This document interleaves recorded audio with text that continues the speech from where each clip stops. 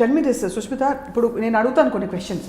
ఏ question అడగకపోయినా నచ్చకపోయినా మొహం మీద చెప్పేసేయచ్చు, నో ప్రాబ్లం, లిబర్టీ నీకు ఇస్తున్నాను. అండ్ రెండోది, సభాముఖంగా నేను నిన్ను అండావు నీతో ఉన్న చనువుతో. ఐ నో నేను మీరు అని కూడా అనొచ్చు. చీచీ లేదక్క, no nothing like that. So amazing to see, అంటే నీ ట్రాన్స్ఫర్మేషన్. ఒక చాలా యాక్టివిజం ఉన్న ఫ్యామిలీలో నువ్వు పెరిగావు. అవును. అండ్ చిన్నప్పుడు నీ కొన్ని ఫోటోలు చూస్తే కూడా ఆశ్చర్యం కలుగుతుంది. ఏం గుర్తుంది నీకు, చెప్పు నాన్న గురించి. బికాజ్ నాన్న గురించి ఇప్పుడు సినిమా కూడా వస్తుందంటే ఆబ్వియస్లీ ఆయన యాక్టివిస్ట్ అని, నక్సలైట్ అని, రకరకాల ముద్రలు ఉన్నాయి.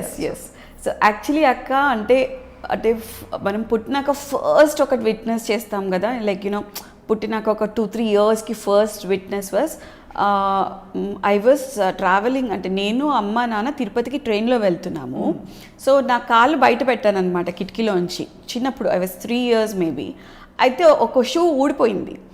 నేను ఏడవటం స్టార్ట్ చేశాను. నాన్న వెంటనే ఇంకో షూ కూడా తీసి అక్కడే పడేశాడు అనమాట. సో మా అమ్మ అడిగింది, అదేంటి అది ఒక్కటి పోతేనే ఏడుస్తుంది, నువ్వు ఇంకోటి ఎందుకు పడేసావంటే, మా నాన్న వెంటనే నాకు చెప్పింది ఏంటి, దొరికితే 2 దొరుకుతాయి కదా ఒకడికి, సో వాడికి ఒక పేరు వస్తుంది కదా, నువ్వు ఎందుకు అట్లా చేస్తున్నావు అని అన్నాడు. So that was my first memory of my parents talking.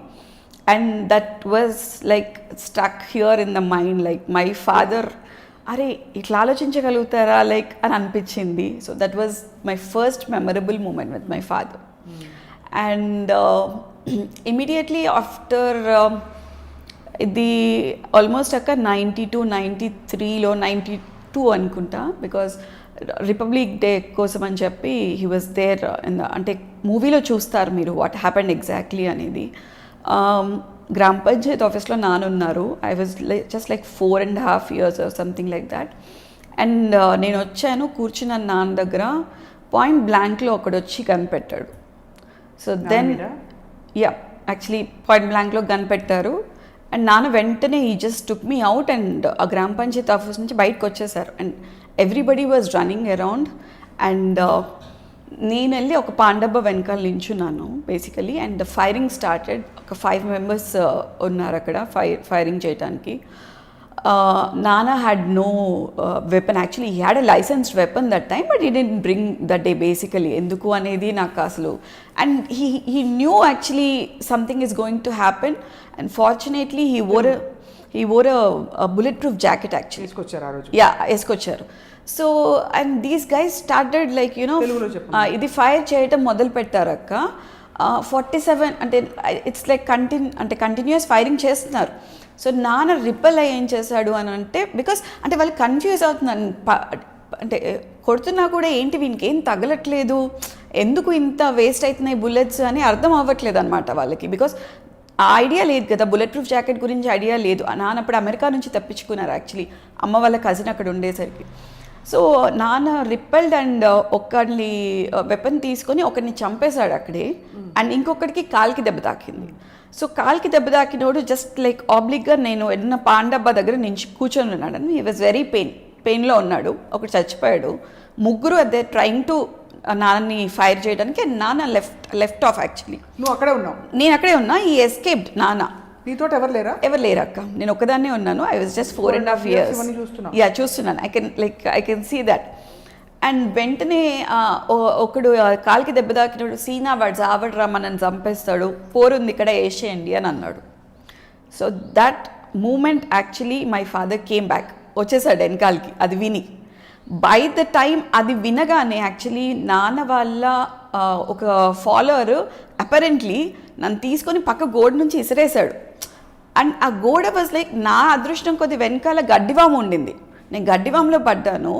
And అది ఎస్సీ కాలనీ. సో వాళ్ళందరూ తీసుకెళ్ళి నన్ను గుడిసెలలో పెట్టేసుకున్నారు. బట్ నాన్న వెనకాలకి వచ్చింది ఎందుకు, నా గురించి వచ్చాడు. దెన్ దొరికాడు ఇంకా వాళ్ళకి. Then the firing started very horribly. 47 bullets shoot చేశారు అక్క. 47 bullets, 49 bullets బేసికలీ. అండ్ లాస్ట్కి నాన్న కుప్పకూలిపోయాడు, పడిపోయాడు. అండ్ ఒక పర్సన్ పాయింట్ ఇక్కడ బ్లాంక్లో పెట్టి ఇట్లా కొట్టి కాలు మీద ఛాతి మీద కాలు పెట్టి చెప్పాడు, ఇలాంటోడు మళ్ళీ పుడితే ఇలాగే కుక్క చావు చేస్తాడు అని చెప్పి వెళ్ళిపోయాడు. దెన్ అమ్మకి అప్పటికి తెలీదు, ఉరుక్కుంటూ వచ్చేసింది. అందరు ఆపుతున్నారు అమ్మని. అక్క ఐ వాజ్ పేల్, నాకేం తెలియట్లేదు. నా మొహంలో నిజంగా అసలు అంటే నాన్న అట్లా చూడటం ఫస్ట్ టైం యాక్చువల్లీ. మొత్తం రక్తం, తెల్ల డ్రెస్, మొత్తం మనిషి అంతా రక్తం, ఇక్కడ కన్ను, బికాజ్ ఇక్కడ నుంచి కొడితే బుల్లెట్ ఇక్కడ ఆగిపోయింది, హాలోనెస్లో వెళ్ళిపోయింది. So you can you imagine ఇక్కడ బుల్లెట్ ఉండి ఇంత వాసిపోయింది. అండ్ అసలు అపరెంట్లీ ఊర్లో ఎవరు తలుపులు తీయలేదు, వెళ్ళిపోయాక తలుపులు తీశారు. So that was my first witness of my mother and father struggling in a politics.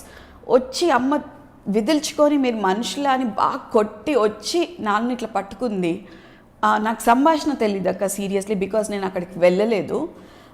But వెంటనే అమ్మ అరవటం మొదలుపెట్టింది, బతికున్నాడు అని. సో వెంటనే వినపడుతున్నాయి. ఐ వాజ్ అంటే నేను అమ్మ పక్కకు వచ్చేసాను అప్పటికి, బికాజ్ దే బాట్ హరిజన్స్ నన్ను తీసుకొచ్చేసారు. అండ్ అమ్మ పక్కన నేను నాన్న దగ్గరికి వెళ్ళలేకపోయాను భయానికి. I was in the people క్రౌడ్లోనే ఉన్నాను. అమ్మ వెంటనే అరవటం స్టార్ట్ చేసి బతికున్నాడు అని అరవటం స్టార్ట్ చేస్తే ట్రాక్టర్ తీసుకొచ్చాము అక్క. ట్రాక్టర్లో గడ్డేసుకున్నాము. He was bleeding. ఆల్మోస్ట్ 11 o'clockకి అయితే అక్క, అంటే అప్పుడు Warangal to Hyderabad 7 railway gates ఉండేటివి. ఒక గేట్ పడితే 7 గేట్స్ పడేటివి. సో ఫస్ట్ ఎంజిఎంకి తీసుకెళ్ళాము, అంటే గవర్నమెంట్ హాస్పిటల్కి. మెడికల్ లీగల్ అని తీసుకోలేదు. So we took him to an other private hospital there. అక్కడ మెడికల్ లీగల్ అని తీసుకోలేదు. అండ్ బ్రతిమలాడితే ఒక్క అంబులెన్స్ దొరికింది without any first aid. You know మీ అమ్మ అండ్ పెద్దనాన్న was there in the ambulance. And we reached here by 9:30 or 10. Morning incident జరిగితే without any first aid. So 10కి we took him to NIMS and admitted him in NIMS actually. అక్కడ admit చేశారు. అక్కడ తీసుకున్నారు. Then వెంటనే surgery perform చేశారు. So in that way I was, అంటే వాళ్ళ కెరియర్ స్టార్ట్ అవటం అలా చూసాను నేను. కానీ నువ్వు ఇంత ఏదో కథ చెప్తున్నావు తల్లి. నీ కన్న తల్లిదండ్రులు అక్క నీ కళ్ళ ముందు రక్తపు మడుగులో పడి ఉండడం, ఒక షూటింగ్, 4 ఏళ్ల పసి వయసు, ఎట్లా నీకు ఎప్పుడైనా తలుచుకుని గగురు పొడిచి ఒళ్ళు, కళ్ళలో నీళ్ళు రావడం? అక్క అంటే యాక్చువల్లీ ఆ రోజు నుంచి ఏమైపోయింది అని అంటే అపరెంట్లీ ఓకే బ్లడ్ స్టెయిన్స్ చూసినాక, అంటే కాల్పులు విన్నాక రాజకీయం ఇలాగే ఉంటుందా అని అనిపించింది నాకు. ఎందుకంటే నేను ఫస్ట్ 4వ రోజు అప్పుడే నాన్న వైస్ సర్పంచ్ అయ్యారు. So he things like I'm a lucky charm అని. నేను తన లక్కీయెస్ట్ పర్సన్, నేను వచ్చాను కాబట్టి తను వైస్ ప్రెసిడెంట్ అయ్యాడు, సర్పంచ్ అయ్యాడు అని అనుకుంటాడు యాక్చువల్లీ. సో ఓకే, అప్పటి నుంచి అనిపించింది ఓకే ఇదే రాజకీయం కావచ్చు, అంటే నాన్న ఇట్లనే సేవ చేయాలనుకున్నాను. బట్ దోస్ 2 months నిమ్స్లో ఉన్నప్పుడు ఐ యూస్ టు ప్రే ఒకటే, ఏంటి అని అంటే నాన్న చచ్చిపోతే కనుక నేను అమ్మ ఇద్దరమే కాదు, కొన్ని వేల మందికి అన్యాయం జరుగుతుంది.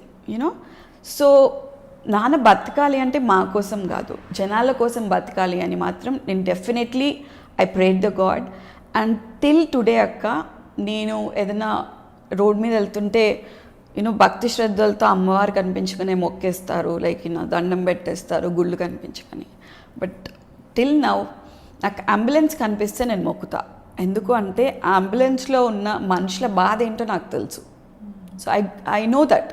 సో నేను definitely I don't pray gods or anybody they, like వెళ్ళేటప్పుడు అంబులెన్స్ కనిపినే మాత్రం లోపల అనుకుంటా ఈ మనిషికి ఏం జరగకూడదు, ఎందుకంటే that pain I saw it.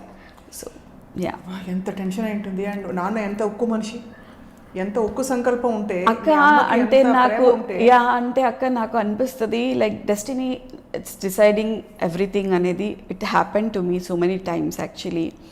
అంటే నాన్న సేవియర్ ఇది ఒకటే కాదక్క, చాలా సేవియర్స్ అయినాయి ఇట్లా. బికాజ్ నాన్నకి చాలాసార్లు అటెంప్ట్స్ జరిగినాయి, murder attempts, but still he was saved. ఎందుకు అంటే అనిపిస్తుంది బికాస్ సర్వింగ్ పీపుల్ అనేది ఆయన దాంట్లో రాసిపెట్టుంది. So he has to do it అని గాడ్ అనుకున్నాడు కాబట్టే హీ సర్వైవ్డ్ అని నేను అనుకుంటా. మొదలు పెట్టడమే ఎంత ఒక పెద్ద ఎపిసోడ్తో మొదలు పెట్టాను సుష్మిత. అండ్ నిజంగా కూడోస్ టు యూ. నిన్ను కలిసినప్పుడు ఎందుకు నేను ఇమీడియట్లీ కనెక్ట్ అయ్యానంటే అక్క అసలు నీకు దిల్సే మనసులో ఉన్నది నేరుగా ఏ విధమైన దాపరికం లేకుండా there is a clarity and honesty in your eyes. Thank you.